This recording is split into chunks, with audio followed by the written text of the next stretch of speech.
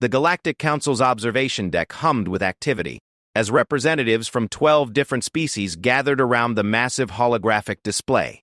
The chamber, carved from living crystal that pulsed with bioluminescent patterns, had witnessed countless deliberations over the centuries. Today's meeting, however, carried an unusual air of anticipation mixed with disdain. At the center of the circular chamber stood Admiral Zekthara of the Hegemony, her forearms gesturing dismissively at the rotating image of a small blue planet. Her serpentine neck swayed as she addressed the assembly, her voice carrying the authority of someone who had never known defeat. "Esteemed colleagues," she began, her translator rendering her hissing speech into the common tongue. "We gathered today to discuss the most primitive species we have encountered in 3 galactic rotations. The inhabitants of the 3rd planet in the Sol system call themselves humans, and their technological development is laughably crude." The hologram zoomed in, showing sprawling cities connected by primitive transportation networks. Vehicles moved along predetermined paths, burning fossil fuels and spewing waste into their own atmosphere. The assembled aliens observed with a mixture of curiosity and condescension. "Their military capabilities," continued Zekthara, "consist primarily of kinetic projectiles and chemical explosives. They have yet to achieve proper energy weapons, gravity manipulation, or even basic quantum communication. Most amusing of all, they still rely on electromagnetic radiation for long-distance communication, broadcasting their positions across the galaxy like children playing with signal fires." A chittering laugh emanated from the insectoid representative, Ambassador Klexith, whose compound eyes reflected the holographic display in fractured rainbows. "My hive mind calculated their development timeline. At their current rate of advancement, they will require approximately 2,000 of their solar cycles to achieve basic interstellar travel. If they survive their own self-destructive tendencies," added Counselor Morvac of the Silicon Collective, his crystalline form resonating with harmonic frequencies that served as his species' laughter. "Our psychological profiles indicate they engage in warfare with members of their own species over resources their planet provides in abundance." The display shifted to show various human conflicts, armies clashing over territorial boundaries, weapons testing that scarred their landscape, and industrial complexes that consumed natural resources at an unsustainable rate. To the advanced alien minds observing, it seemed like watching children fight over toys while sitting atop an endless treasure vault. "The question before us," Zekthara continued, "is not whether we should intervene, but rather what approach will yield the most efficient resource extraction once their species inevitably destroys itself. Their planet contains significant deposits of rare minerals, and the biosphere could serve as an excellent agricultural world after minor terraforming adjustments." The ethereal representative, a being of pure energy barely contained within a specialized suit, flickered with what passed for agreement among her kind. "The timeline projections are unanimous. Human civilization shows clear signs of impending collapse. Their climate systems are destabilizing due to industrial excess. Their political structures fragment under resource pressure, and their social systems cannot adapt quickly enough to technological change." "Indeed," agreed Ambassador Vrax of the warrior caste, his massive frame casting shadows across the chamber. The battle scars covering his exoskeleton told stories of conflicts across the galaxy. "We have observed thousands of species follow this same pattern. Rapid technological growth without corresponding social evolution leads inevitably to self-destruction. The humans are textbook examples of a doomed civilization." The holographic display now showed detailed analysis charts. Population growth curves intersecting with resource depletion projections, climate change models predicting systemic collapse, and social stress indicators climbing toward critical thresholds. Every metric suggested a species racing toward extinction with no awareness of their fate. However, Zektara's tone shifted slightly. "There is one peculiarity worth noting. Our xenobiologists report unusual neurological activity patterns in human brains. Unlike most sentient species that develop along predictable cognitive pathways, humans demonstrate remarkable adaptability in crisis situations." The chamber fell silent as this information sank in. Throughout galactic history, species that survived their technological adolescence typically did so through careful planning and gradual adaptation. The concept of crisis-driven evolution was largely theoretical.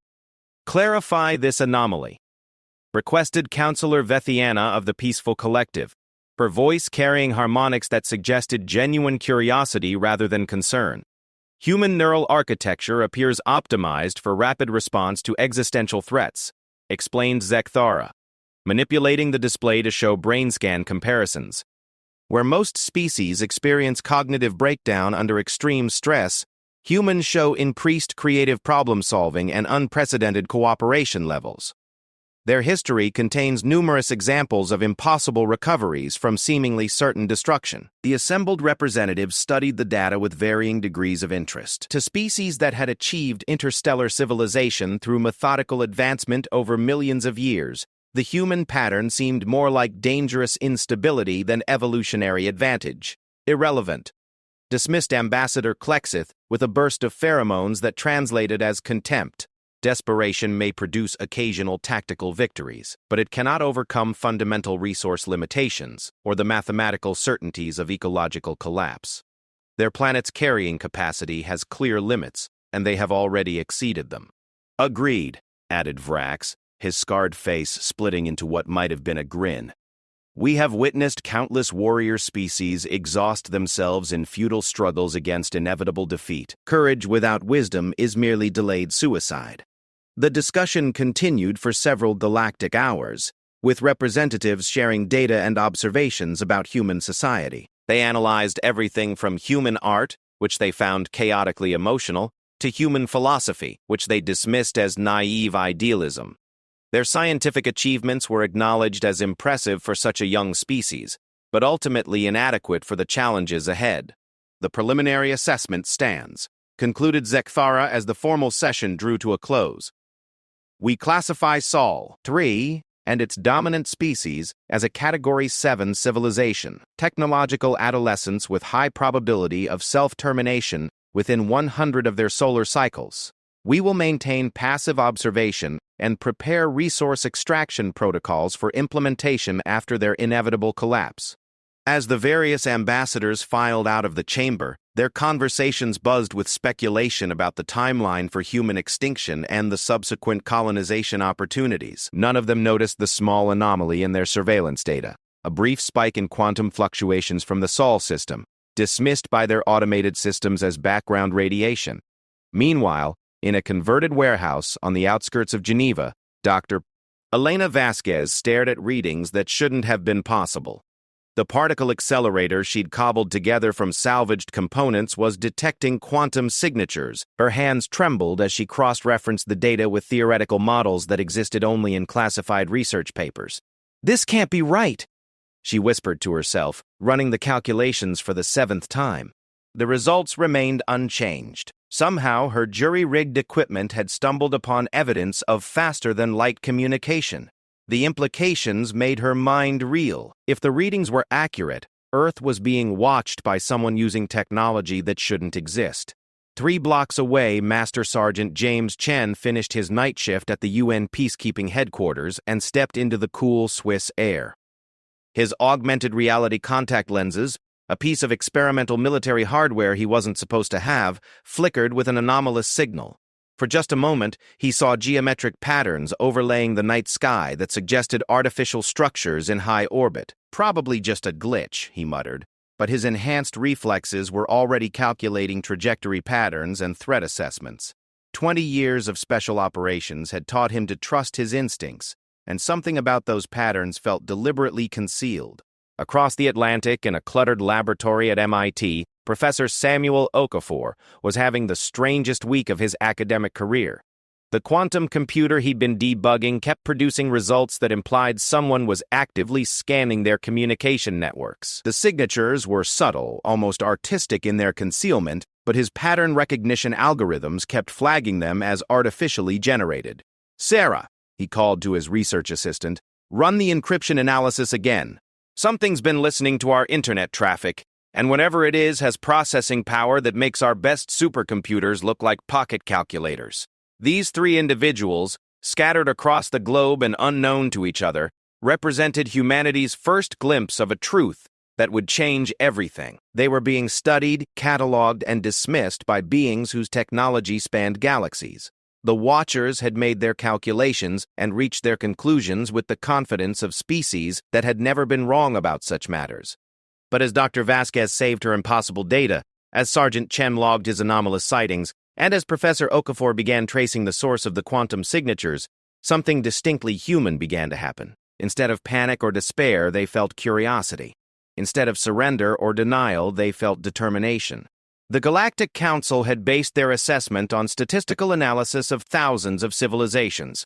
They had factored in every known variable, from technological development rates to social cohesion metrics. Their models were sophisticated beyond human comprehension and had proven accurate across millions of years. What they had failed to account for was something that couldn't be quantified in their databases. The peculiar human response to being told something was impossible. Rather than accepting limitations, humans had an uncomfortable tendency to take impossibility as a personal challenge. As the alien observation posts continued their passive monitoring, recording the steady decline of human civilization with scientific detachment, they missed the significance of three brilliant minds beginning to ask uncomfortable questions. They cataloged the emergence of quantum anomalies as statistical noise, failing to recognize the birth of a revolution that would rewrite every assumption about what a primitive species could achieve. The Galactic Council had made their most critical error. They had underestimated not just human technology or human intelligence, but something far more dangerous.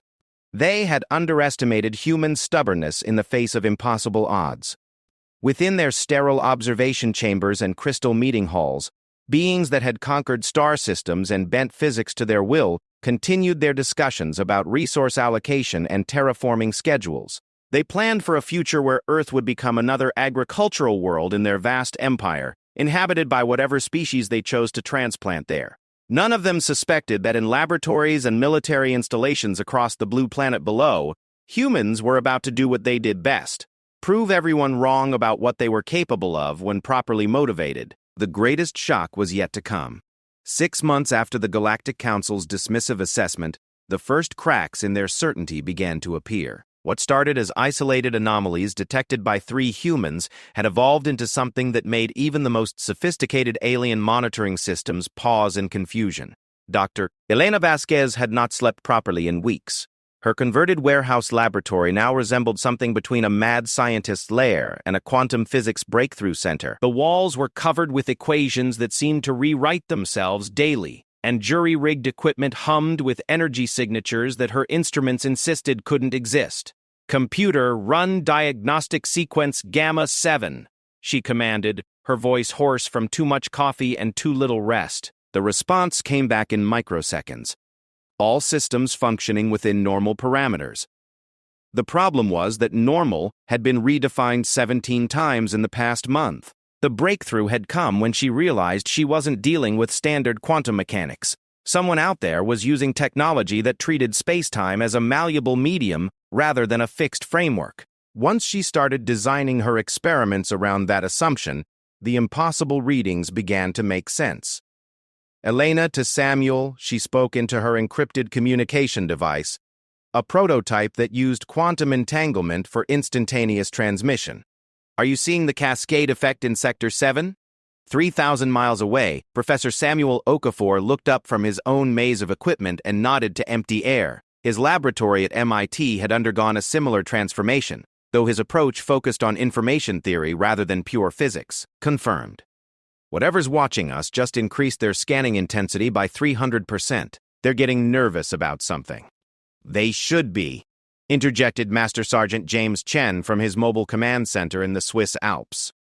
The former special operations soldier had managed to convince his superiors to let him investigate the atmospheric anomalies he'd been tracking. What he'd discovered had prompted the UN to quietly mobilize resources that officially didn't exist.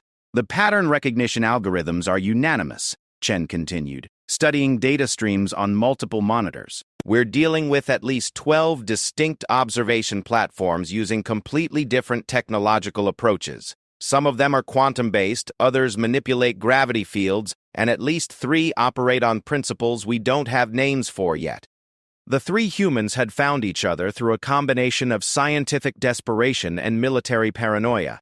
Elena's quantum fluctuation experiments had created signals that Samuel's pattern recognition systems couldn't ignore, and both had generated enough electromagnetic anomalies to trigger Chen's threat detection protocols.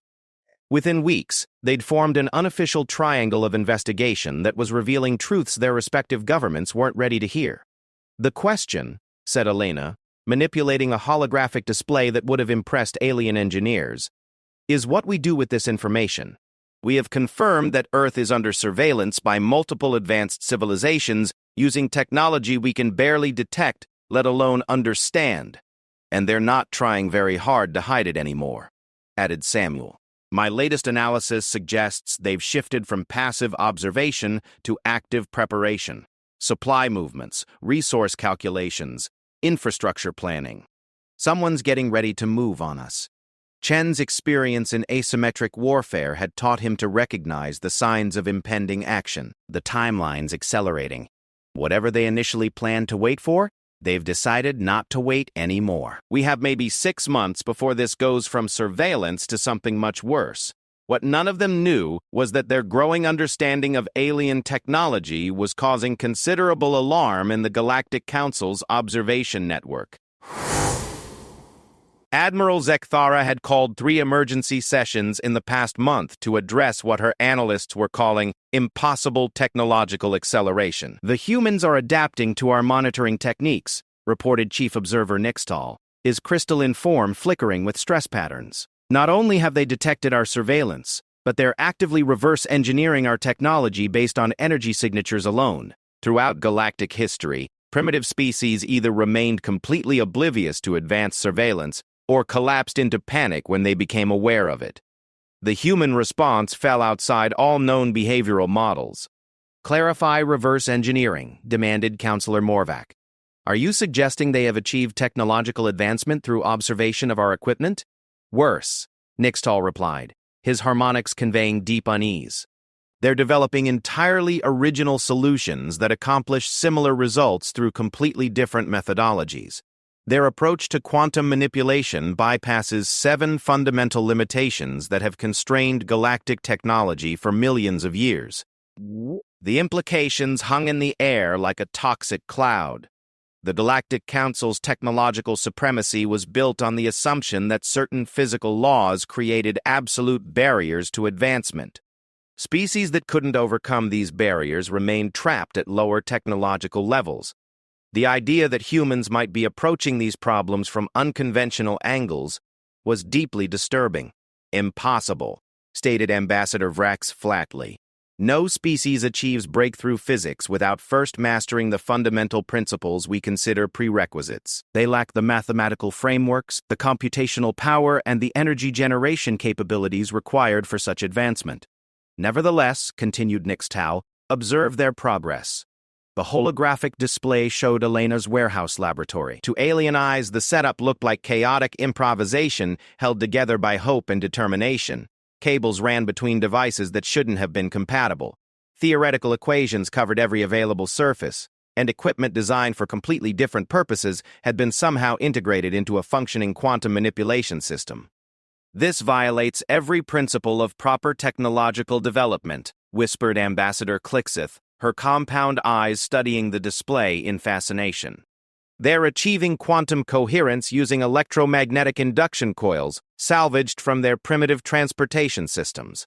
The display shifted to show Samuel's MIT laboratory, where banks of processors originally designed for weather prediction were somehow analyzing quantum communication protocols that shouldn't have been detectable with their technology. "And this human is performing cryptographic analysis on our command structures using computational methods we don't recognize," added Nixtal. "His algorithms are identifying patterns in our data streams that our own security systems consider unbreakable."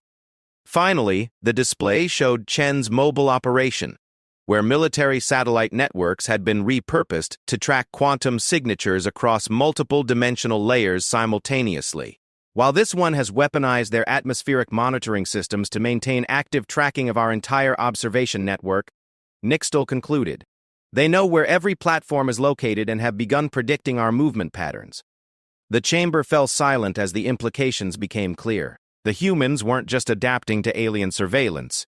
They were turning it into an intelligence-gathering opportunity. Instead of being paralyzed by the revelation of their technological inferiority, they were treating it as a learning experience. "How is this possible?" asked Counselor Vithana. "Our psychological profiles indicated they would respond to such discoveries with either denial or despair." "Our psychological profiles," replied Zectera slowly, "may have been based on incomplete data. We assessed human behavior under normal stress conditions. We did not account for their response to existential impossibility." The holographic display zoomed in on Elena's face as she worked with intense concentration on equations that redefined quantum mechanics. There was no fear in her expression, no surrender to the vastness of the challenge before her.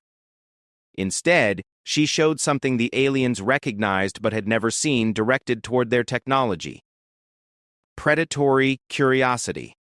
"Recommend immediate course correction," said Ambassador Vrax. "If humans continue developing at their current rate, they may achieve technological parity within one solar rotation. We should implement extraction protocols immediately." "Agreed," said Klaxif. "Every moment of delay increases the probability of unacceptable complications." But Zekthara hesitated. Something about the human response pattern troubled her in ways she couldn't quantify. Her species had achieved galactic dominance through careful analysis and methodical approach to problems.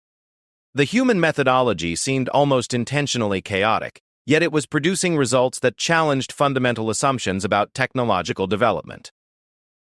"Observer Nixtau," she said finally, "continue monitoring and prepare detailed analysis of human problem-solving methodologies. I want to understand how they're achieving these results before we take any irreversible actions." "Admiral," protested Vraxis, "delay serves no purpose. They remain primitives regardless of their recent advances." "Do they?" Zekthara asked quietly. "Species that can reverse engineer our technology from energy signatures alone may not be as primitive as our models suggest." Meanwhile, back on Earth, Elena made a discovery that would have terrified the Galactic Council if they had been aware of it. Her latest experiment had succeeded in creating a stable quantum tunnel that maintained coherence across interstellar distances. For the first time in human history, faster-than-light communication had become reality. "Samuel James," she broadcast across their quantum network, "you need to see this. I've established contact with something out there, and it's not one of the Watchers." The signal she had detected came from a region of space between solar systems, where no natural phenomena should have existed. The source was artificial, clearly technological, but the signatures didn't match any of the observation platforms they'd been tracking. "It's a distress beacon," Samuel realized as his analysis programs processed the signal. "Someone's been broadcasting on this frequency for approximately 200 years, using quantum resonance patterns that suggest they're not affiliated with our observers." Chen's tactical mind immediately grasped the implications. If there's someone out there who's been hiding from the same people watching us, they might be willing to share intelligence about our situation. Or they might be prisoners, added Elena grimly, which could mean we're about to find out what happens to species that resist the Watchers. As the three humans prepared to make contact with the mysterious signal source, they had no way of knowing they were about to encounter the survivors of the last civilization that had underestimated human potential. The Galactic Council's files contained no record of the Hearthkeepers, who had been classified as extinct for 3 centuries. The survivors had been waiting in the space between stars, maintaining their desperate vigil with technology powered by hope and determination. They had received Elena's quantum transmission with the kind of desperate joy that comes after centuries of isolation. Someone else had finally discovered the frequencies that the Galactic Council couldn't monitor. Someone else was developing technology that operated outside the Watcher's understanding. Someone else was about to learn that the galaxy's greatest predators weren't as invincible as they appeared. The rebellion that would reshape galactic civilization was about to begin, and it would start with a single message transmitted across the void. "Hello. We've been waiting for someone like you." The quantum communication link crackled to life with patterns that seemed almost musical. Elena's equipment pushed far beyond its theoretical limits, managed to establish stable contact with the mysterious signal source. What came through changed everything. The three humans thought they knew about their situation. "Greetings, unknown builders of the quantum bridge." The voice that emerged from their speakers carried harmonics that suggested multiple vocal cords working in coordination. "We are the remnant of the Heartkeepers. We have monitored your emergence into quantum space with great interest and greater hope." Elena, Samuel, and Chen exchanged glances across their video link. The name Hearthkeepers appeared in none of their databases, which meant either these beings predated human record-keeping or they had been deliberately erased from galactic history. "We receive you, Hearthkeepers," Elena responded carefully. "We are representatives of the human species from the Sol system. We have detected surveillance from multiple alien civilizations and seek to understand our situation." A sound like crystalline laughter echoed through the channel. "Your situation, young builders, is identical to ours 3 centuries past. You have attracted the attention of the Galactic Council, and they have classified your world as suitable for harvest." Harvest? Chen's military training kicked in immediately. "Clarify this term." "The Council operates on a simple principle," the Hearthkeeper continued. "They allow primitive species to develop until they reach technological adolescence, then intervene before those species can achieve true interstellar capability. They harvest the useful biological specimens, extract valuable resources, and repurpose the world for their own needs." Samuel felt his stomach drop as the implications became clear. How many civilizations have suffered this fate? In our region of the galaxy alone? Thousands. We were civilization number 47 in our sector to face harvest. We believed ourselves prepared because we had observed the fate of 46 others. We believed ourselves different because we had learned from their mistakes. The communication channel filled with what sounded like bitter laughter. We were correct about being different, though not in the way we expected. We became the first species to survive the harvest, though at such cost that survival itself became a form of defeat. Elena leaned forward, her scientific mind racing with questions. "What made you different? What allowed you to survive when others couldn't?" "We cheated," the Hearthkeeper said simply. "When conventional resistance proved futile, we abandoned everything we thought we knew about how technology should work. We began building devices that violated the Council's understanding of physical law, weapons that operated on principles they had never encountered." "And it worked?" Chen asked. "It worked well enough to escape complete extinction. We destroyed 7 of their harvesting fleets before they decided we were too dangerous to capture intact. They settled for sterilizing our worlds, and assuming we had died with them." The holographic display in Elena's laboratory shifted to show star charts provided by the Hearthkeeper. Entire solar systems marked with symbols that Elena's translation software rendered as purged or sterilized. We fled to the spaces between stars and have maintained our existence as refugees ever since. Our population has dwindled from billions to hundreds, but we have survived by remaining invisible and developing technology the Council cannot detect or understand. Samuel studied the technical specifications flowing through their connection.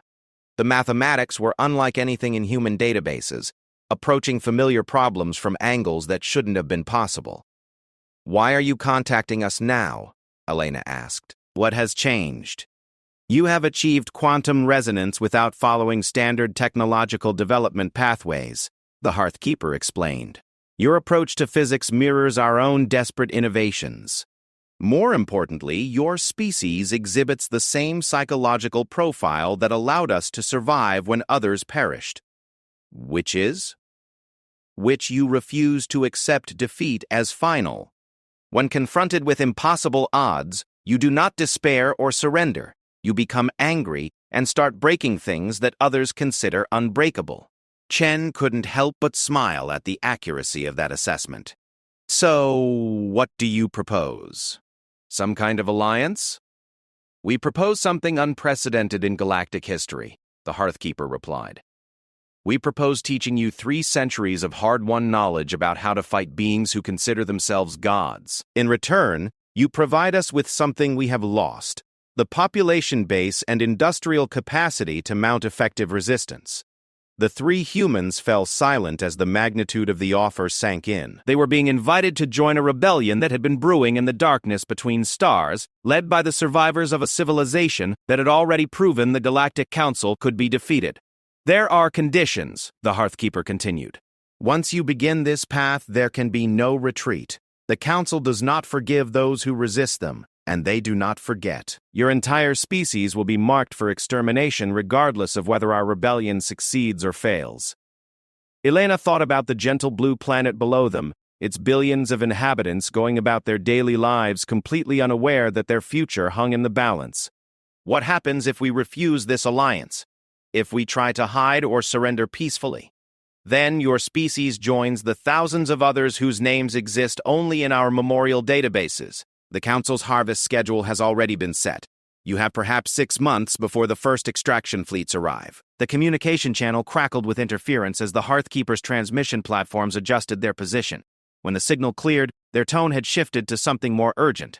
We transmit now the fundamental principles of resistance technology. Study them carefully. Adapt them to your species' particular strengths, and prepare your people for a war unlike any your world has ever imagined. The data stream that followed challenged every assumption about how advanced technology should function. Instead of elegant mathematical formulas, the Hearthkeeper technology relied on controlled chaos and intentional unpredictability. Rather than following universal physical constants, their devices created localized physics that operated according to different rules. "This is insane," Samuel muttered as he studied weapon designs that used quantum uncertainty as ammunition. Half of these devices should be impossible to build, and the other half should destroy themselves during operation. That's precisely why they work against the Council, the Hearthkeeper explained. Their technology is built around the assumption that physics operates according to predictable rules. When confronted with weapons that create their own rules, their defenses fail catastrophically. Elena focused on the defensive systems which seemed to protect spacecraft by convincing incoming attacks that they didn't exist. How do you maintain coherence in these quantum fields? The energy requirements alone should exceed any possible power source. Humans think about energy as something to be generated and consumed. We learn to think about energy as something to be convinced and persuaded. Once you stop trying to force physics to obey you and start negotiating with it instead, the energy requirements become much more manageable. Chen studied tactical information about Council military doctrine, noting patterns that reminded him of every overconfident empire he'd encountered in Earth's history. They're strong, but they're also predictable. They've been winning for so long that they've forgotten how to adapt to unexpected threats. Exactly. And your species appears to specialize in being unexpected threats. The transmission continued for hours as the Hearthkeepers shared 3 centuries of accumulated knowledge about Council operations, technology, and psychology. They provided detailed intelligence about the observation network currently monitoring Earth, including the locations of every platform and the identity of every species involved. The Council's greatest weakness, the Hearthkeeper explained, is their inability to conceive of failure. They have dominated the galaxy for so long that they cannot imagine resistance succeeding. This blinds them to threats they should recognize and causes them to underestimate opponents they should fear. Like they're underestimating us, Alina realized. Like they have already underestimated you. Our monitoring of their communications indicates they still classify your species as a minor curiosity rather than a potential threat. They continue to debate resource allocation schedules while remaining oblivious to the rebellion growing beneath their observation platforms. As the communication session drew to a close, the Hearthkeeper transmitted coordinates for a rendezvous point in the outer solar system. We have prepared a cache of technology and supplies at these coordinates. Retrieve them carefully, as Council surveillance cannot be allowed to detect this transfer. How long do we have to prepare? Chen asked. The Council's harvest fleet will arrive in 5 months, 14 days. They will expect to find a primitive civilization ripe for extraction. Instead, they will discover that humans have become something the galaxy has never seen, a species that learned to fight back. Elena looked at her companions with a mixture of excitement and terror. We're really doing this. We're declaring war on a galactic empire. No, Samuel corrected her, studying the technical specifications still flowing through their link.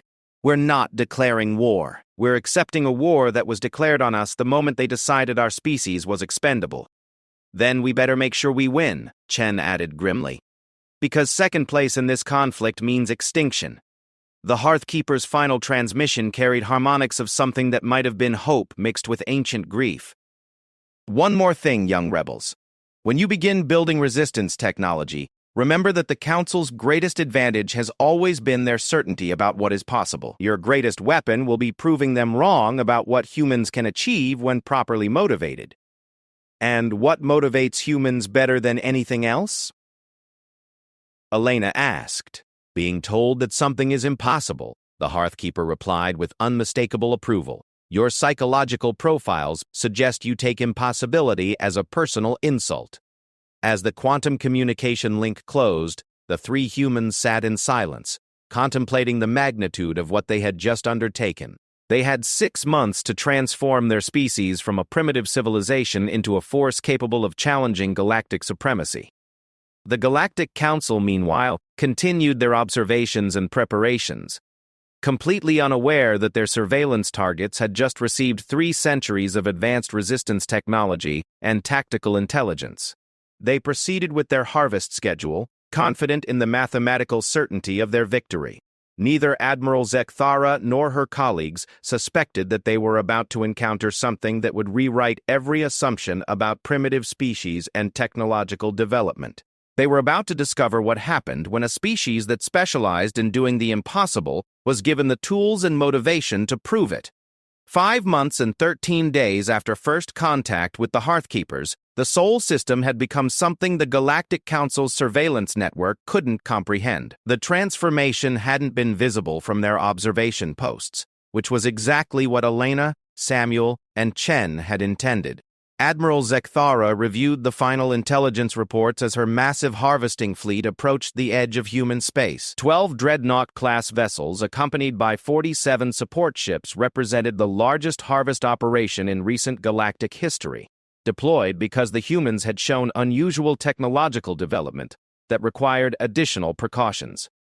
Status report, she commanded from the bridge of her flagship, the Inexorable. All ships report optimal functionality, responded Navigation Commander Thys. Target system shows no change in electromagnetic signature or defensive preparations. Primitive transportation networks continue normal operation patterns. Excellent. Begin harvest protocols in 36 time units. What the Council's sensors couldn't detect was that Earth's transportation networks were now running on quantum mechanical principles disguised to look like primitive electromagnetic systems. Every airplane, every satellite, every communication relay had been rebuilt with Hearthkeeper technology that operated in frequencies the Council couldn't monitor. Elena stood in what had once been her converted warehouse laboratory, now the command center for humanity's first interstellar defense network. The room hummed with devices that shouldn't have been able to coexist, their impossible configurations held together by physics that had been persuaded rather than forced into cooperation. Global status report, she requested. Holographic displays materialized around her, showing defensive preparations that spanned the entire solar system. Weapon platforms disguised as asteroid mining operations occupied strategic positions throughout the asteroid belt. What appeared to be routine space stations were actually quantum artillery installations capable of firing coherent uncertainty at approaching targets. All defensive positions report ready, Samuel announced from his mobile command center aboard what the Council believed was a primitive space station. The Psychological Warfare Division confirms that our disinformation broadcasts are maintaining enemy confidence in their intelligence assessments. And our new friends? Elena asked. The Hearthkeeper fleet remains in position at the coordinates provided. Chen reported from the bridge of humanity's first true starship, a vessel that looked like a converted asteroid but contained technology that redefined the concept of spacecraft. They've confirmed the Council fleet composition and estimated arrival time. Elena nodded, studying tactical displays that showed the approaching harvest fleet in devastating detail. The Hearthkeepers had taught humanity many things during their crash course in galactic warfare, but the most important lesson was psychological. The Council had never faced effective resistance because they had never encountered a species that treated impossible odds as motivation rather than discouragement. All stations, this is command. Elena broadcast across humanity's quantum communication network. Remember the plan. Let them get close enough to taste victory. Let them believe their sensors are accurate. Let them underestimate us one final time. The transformation of human society during those 5 months had been nothing short of miraculous. When faced with the choice between extinction and impossible odds, humanity had chosen to make the impossible possible. Every major government had united behind a single goal, proving that a primitive species could challenge galactic supremacy and win. The breakthrough had come when human engineers realized they didn't need to understand Hearthkeeper technology completely. They only needed to understand it well enough to improve it. Within weeks, hybrid human Hearthkeeper designs were outperforming the original specifications in ways that surprised even their creators. "Contact," announced Chen's tactical officer. "Council fleet has entered sensor range." Elena watched as the enemy formation appeared on their displays. 12 massive vessels that could each sterilize a planet, supported by enough firepower to glass entire star systems.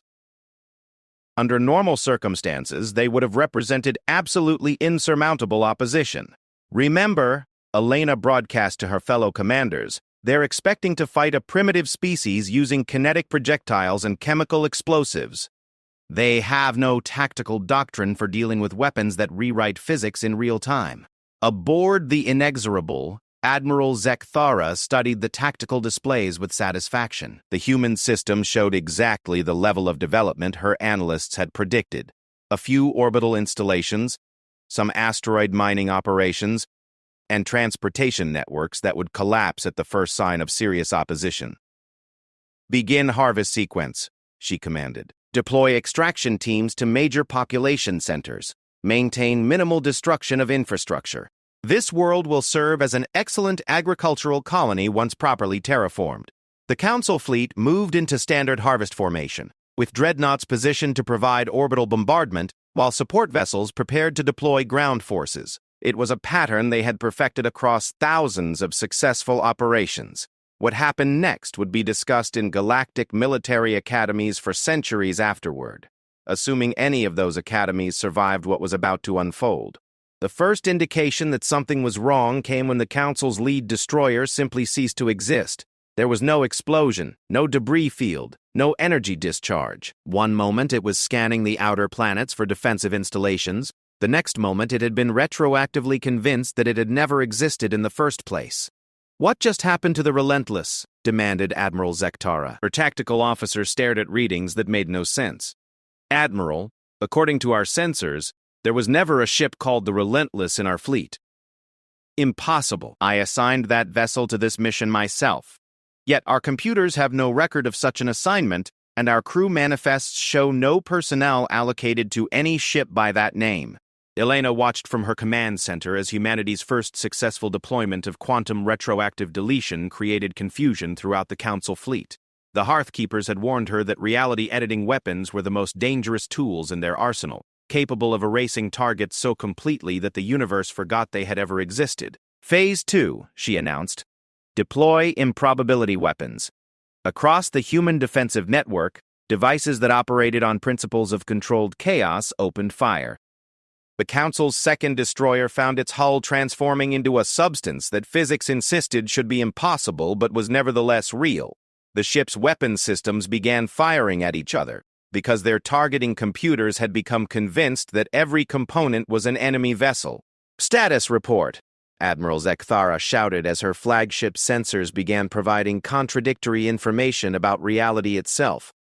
"Admiral, we're detecting weapons fire from installations that our scans indicate don't exist. Our shields are being penetrated by projectiles that our instruments say aren't there. And somehow, we've lost 2 destroyers to attacks that violate fundamental laws of physics."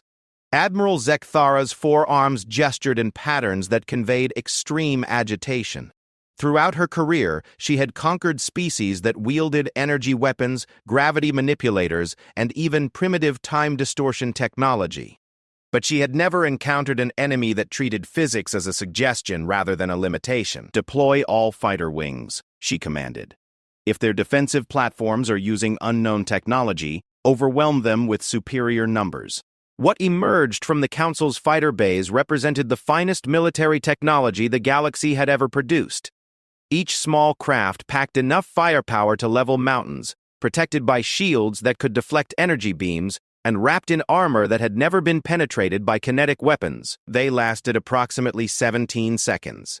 Samuel's responsibility was the fighter-scale defensive systems, which he had designed based on a simple principle. If the enemy expected their fighters to obey physics, then physics would be temporarily suspended in the area around those fighters. The Council's elite pilots found themselves flying through space where velocity was negotiable and momentum was more of a guideline than a rule. "This is impossible," transmitted one Council pilot before his fighter decided to exist in 7 different locations simultaneously, each of which was being attacked by the others. "Admiral," reported the Inexorable's weapons officer, "our fighter wings have been neutralized by what appears to be localized physics modification. Our pilots are reporting that their instruments can't determine which laws of nature are currently in effect." Zektara stared at her tactical display, watching as impossible weapons continued to eliminate her fleet with casual efficiency. This wasn't warfare as she understood it. This was something that challenged the fundamental assumptions about how combat should function. "Deploy the siege platforms," she commanded desperately. "Full bombardment of the 3rd planet. If we cannot harvest this species, we will sterilize them." The siege platforms were massive installations designed to crack planets.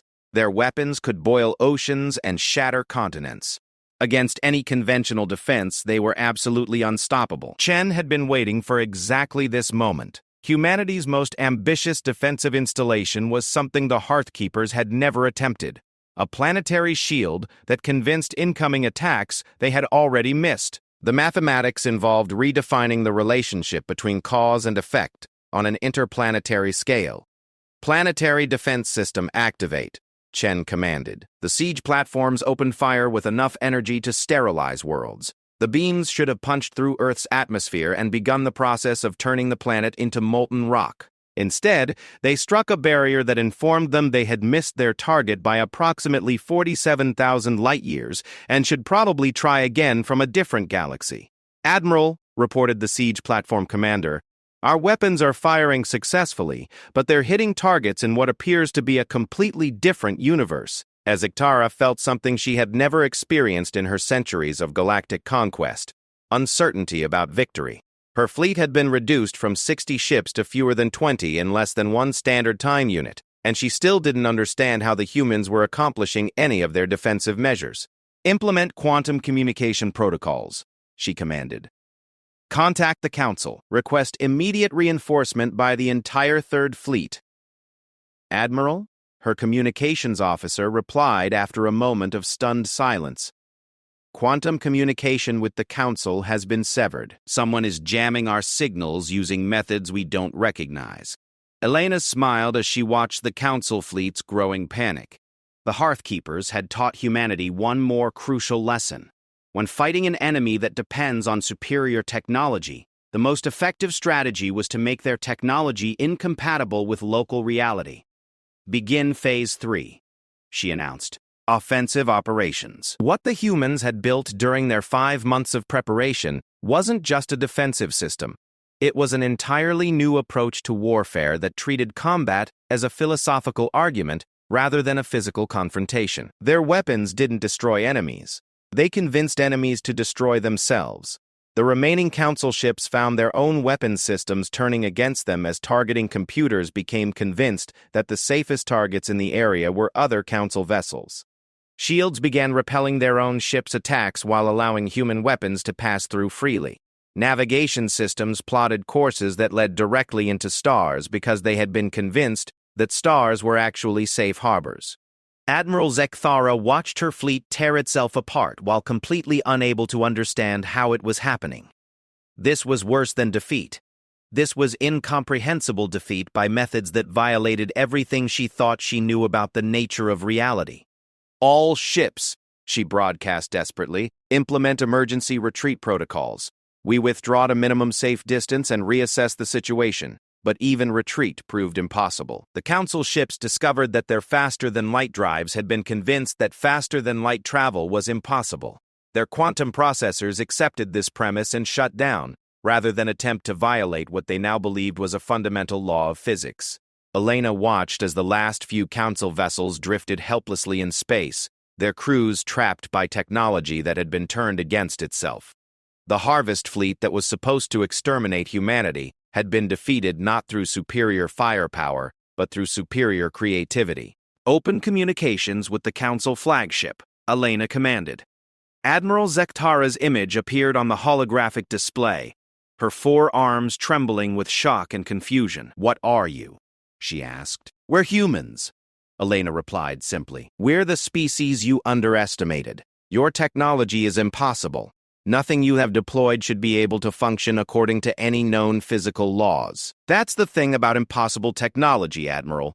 It works especially well against people who are absolutely certain it shouldn't exist. You have violated fundamental principles of physics." "No, we've just been more creative about interpreting them. Your mistake was assuming that intelligence could only develop along the paths you understood. You never considered that a desperate species might find entirely new paths that led to the same destination."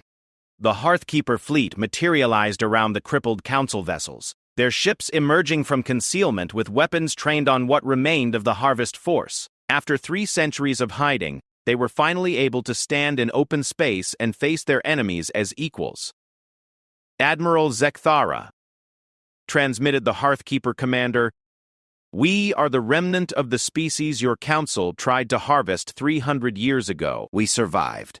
We learned. We waited, and now we have returned with allies you were too arrogant to take seriously." Elena stood in her command center, surrounded by technology that challenged every assumption about what a primitive species could achieve when properly motivated. Around her, the quantum displays showed a transformed solar system where humanity had become something the galaxy had never seen, a species that treated impossibility as an interesting engineering challenge. "The harvest ends today," she announced across all frequencies, "and the rebellion begins." The Galactic Council had made their greatest error in judgment. They had underestimated not just human technology or human intelligence, but something far more dangerous: human stubbornness in the face of impossible odds. What happened next would shock the galaxy and rewrite the fundamental assumptions about what primitive species could accomplish when they decided that extinction was simply not an acceptable option. The humans had proven that sometimes the most dangerous response to being underestimated was to prove everyone wrong about what was possible,